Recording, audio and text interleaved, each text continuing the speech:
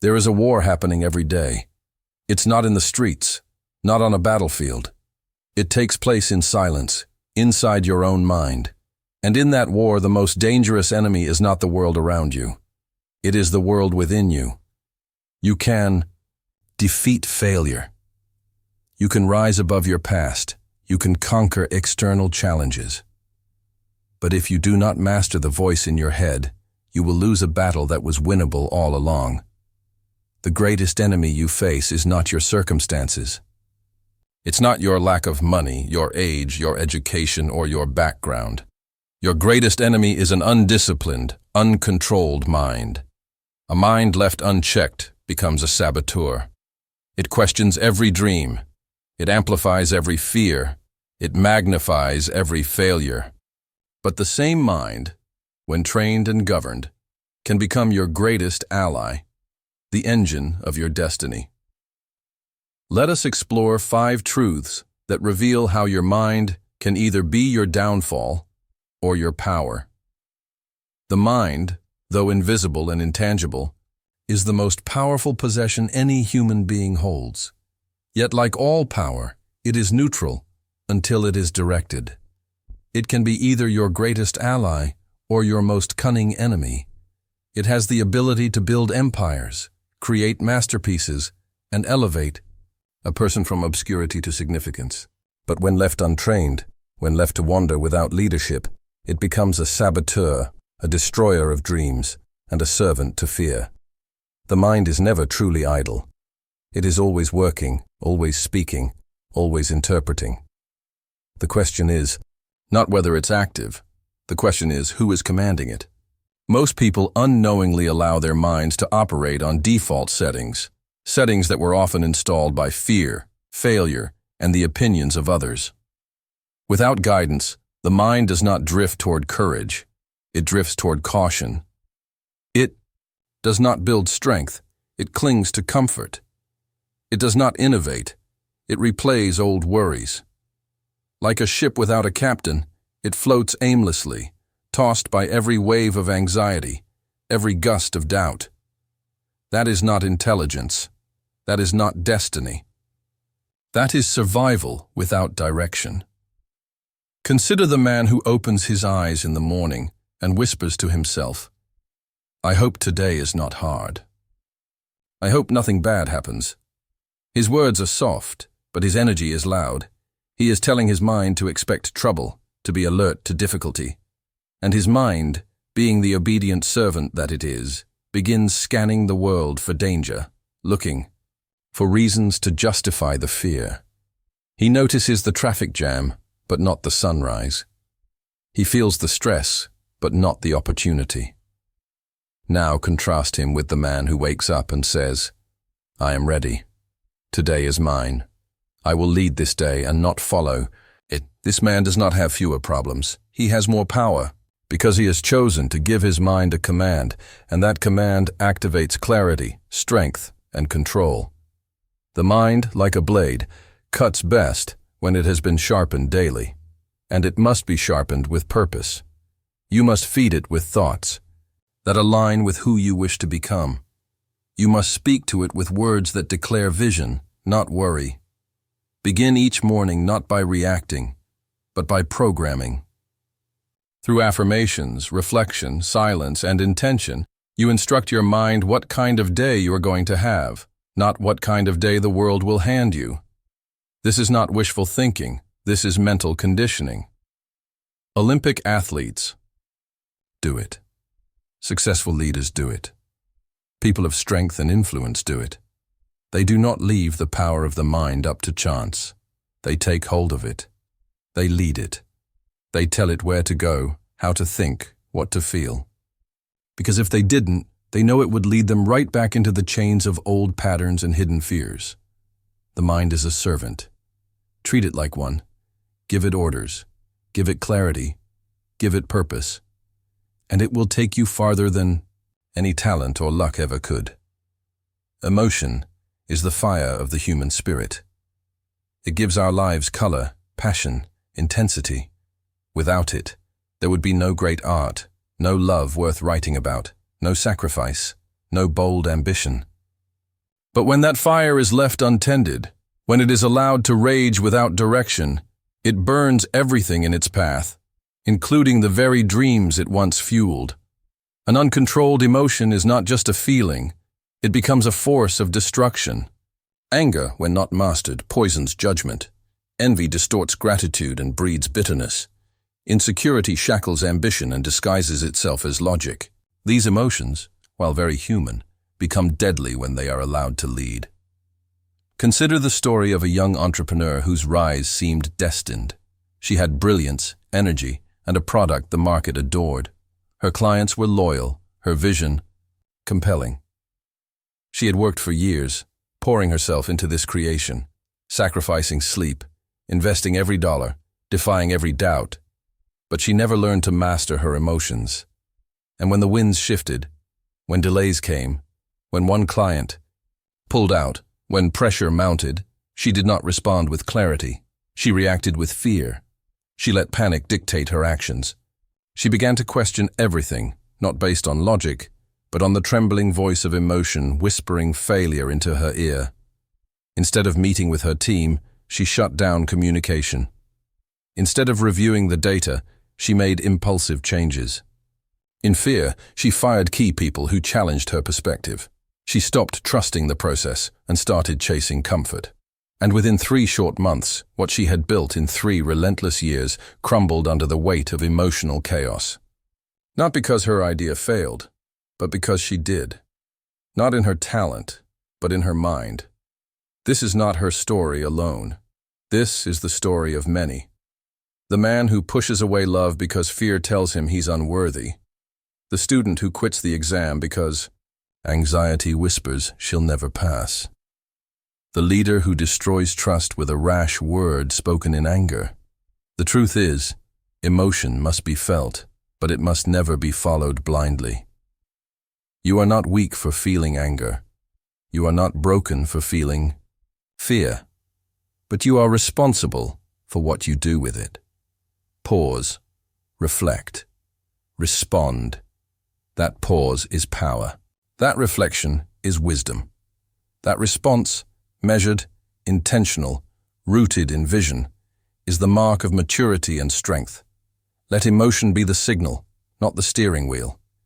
It may tell you something needs your attention, but it should never dictate the direction of your life. A reactive mind is a mind in chains, but a calm, centered one, trained to observe, to listen, and then to decide, can cut through confusion like a blade through fog. Your life is not shaped by what you feel. It is shaped by what you do in the presence of those feelings. When emotion rises, let it rise. But remain the master. Let the fire warm you, not consume you. Because the moment you learn to lead your emotions, rather than be led by them, you unlock a power no chaos can undo. The mind is not a barren field. It is a living, breathing garden, and it grows whatever is planted in it, whether by design or by neglect. Just as the body reflects what we feed it, healthy food or harmful substances, the mind mirrors the thoughts, influences, and information we allow into it. It is not a question of if your mind is being shaped. It is only a question of how and by what. And herein lies one of the greatest truths in life. What you feed grows. What you neglect rots. What you allow becomes your reality. Consider this. You would never pour acid over a blooming flower, yet so many do this very thing to their minds each morning. They scroll through fear-mongering headlines, engage in gossip disguised as conversation, and entertain the self-defeating whispers of, "I can't," "I'll never," or "I'm not good enough." These thoughts are not harmless, they are seeds, and given time, they grow into the thorns of doubt, procrastination, and self-sabotage.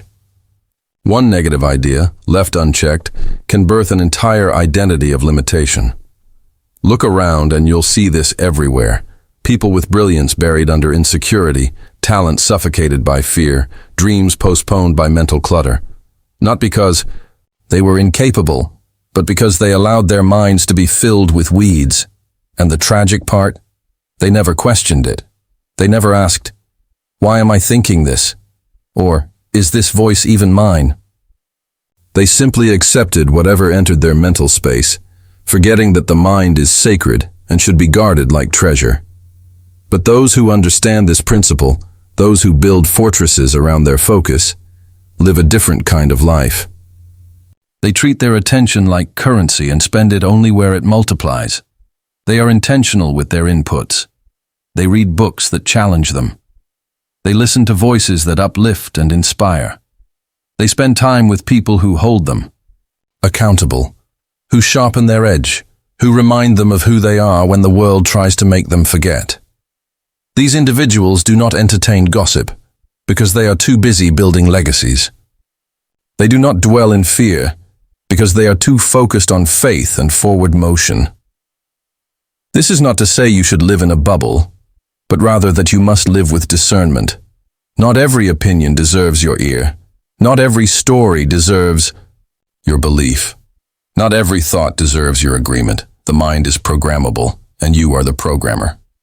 Each day, in every choice you make, what you read, what you watch, who you spend time with, you are either cultivating strength or planting seeds of weakness.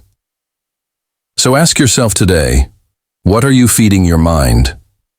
Are you nurturing thoughts that make you stronger, braver, clearer? Or are you digesting information that makes you smaller, fearful, and confused? The quality of your mind determines the quality of your life. If you want to elevate your world, you must first elevate what you allow to grow inside it. Because in the end, the garden always reflects the hand that tends it. The mind is a mirror. It reflects not only what you experience, but what you tell it to reflect. With each repeated thought, you lay another brick in the architecture of your identity. You do not become who you are in one dramatic moment. You become it day by day, thought by thought, word by word. The most dangerous lies are not the ones the world tells you. They are the ones you tell yourself and repeat so often that they become your truth. When you whisper to yourself, "I'm not good enough. I'll never succeed. People like me don't win," you may think these are harmless expressions of insecurity, but your mind doesn't treat them that way.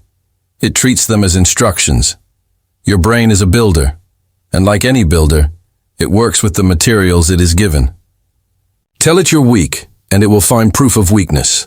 Tell it you always fail, and it will bring to your memory every past mistake, every stumble, every doubt-filled moment to back up that statement. But say to yourself, "I am strong. I am improving. I have something the world needs." And your brain will start scanning your experience for moments that validate that. It will draw your attention to your perseverance, your small wins, your inner potential. This is not superstition. It is science. Neuroscience has proven that the brain forms new connections through repetition. These neural pathways become habits of thought. And these habits become identity. Just as a pianist becomes a master through repeated practice, your mind becomes what you practice thinking. Repetition is the mother of skill, but it is also the mother of belief. If you rehearse defeat, you live it. If you rehearse courage, you embody it. The difference between the person who rises and the person who remains stuck is not always opportunity or intelligence. It is what they say to themselves in the dark moments. In the quiet hours when no one else is watching, it is the person who says, "This pain will shape me," who grows. It is the one who repeats, "I am not done yet," who pushes forward. It may feel strange at first to speak life into yourself when your circumstances feel lifeless. It may feel fake to say, "I am becoming great," when you feel broken. But transformation never begins with how things look. It begins with how you choose to look at them. You must decide to speak in alignment with your future, not your past. Because the mind is always listening. It is always taking notes. And the more often you speak truth, strength, and purpose into it, the more it begins to believe it, act on it, and eventually manifest it. You are not a prisoner of your past thoughts. You are the author of your next ones. Every moment you have, a choice, to feed your mind with fear or with faith, with doubt or with discipline. And whatever you feed will grow. So rehearse the life you want to live. Rehearse greatness. Rehearse power. Rehearse resilience. Because the mind becomes what it hears the most, and your voice is the one it hears loudest. There is no enemy more cunning, more persistent, more deeply woven into your life than the undisciplined mind. It is a force that, when left to its own devices, will steal your peace, delay your progress, and drown out your inner voice with the noise of fear, distraction, and doubt. Mastering it is not an option. It is a requirement for anyone who desires to rise above mediocrity and grasp the fullness of their potential. You cannot conquer the world until you have conquered what lives between your ears. It is easy to believe that talent separates the successful from the struggling. It is tempting to think that opportunity, luck, or connections create champions. But these are illusions. True greatness comes from the ability to govern the mind. The most accomplished individuals in history were not born into glory. They forged it. And they did so not by silencing the storms of life, but by quieting the chaos within. They trained their minds to think clearly in crisis, to act decisively in doubt, and to believe fiercely in a vision long before anyone else could see it. The undisciplined mind is a master of deception. It tells you that you're tired before you've even begun. It convinces you that tomorrow is a better time to start. It magnifies problems and minimizes your power. It floods you with reasons to shrink, to wait, to back down. But none of that is real. They are illusions manufactured by a mind that fears discomfort. Left unchecked, this mind becomes the architect of failure, not because you lacked the ability, but because you lacked the discipline to control the chatter. But the trained mind, that is a different force altogether. The trained mind is sharp, deliberate, and unshaken. It is focused not on how things feel, but on what must be done. It is the voice that silences panic and replaces it with purpose. When distractions arise, it doesn't yield. It refocuses. When fear whispers, it listens and then moves forward anyway. When delay tempts, it chooses action. This is not about perfection. It is about power. Power that comes from choosing your thoughts, even when your emotions are screaming otherwise. True. Freedom is not found in following every impulse or doing only what feels good. That is slavery disguised as liberty. Real freedom, the kind that elevates a life and shapes a legacy, comes from the power to choose your thoughts, to command your mind, and to lead yourself. This level of control cannot be borrowed, bought, or begged for. It must be built. And it is built in the quiet hours, in the disciplined habits, in the daily decision to think on purpose. Master your mind, or be mastered by it. There is no in-between. There is only the life you build by default, or the life you create by design. And that design begins the moment you take control of your most powerful tool, your mind. Your mind is the origin of every dream and the destroyer of every fear. It can either trap you in limitation or unleash your greatest potential. The question is not whether you have the power. The question is whether you will take control of that power. Train your mind. Speak life. Choose focus. And every day, remind yourself, I am not my fear. I am not my past. I am the master of my mind, and through it, I will master my life. Because once your mind is no longer your enemy, there is nothing in this world that can defeat you.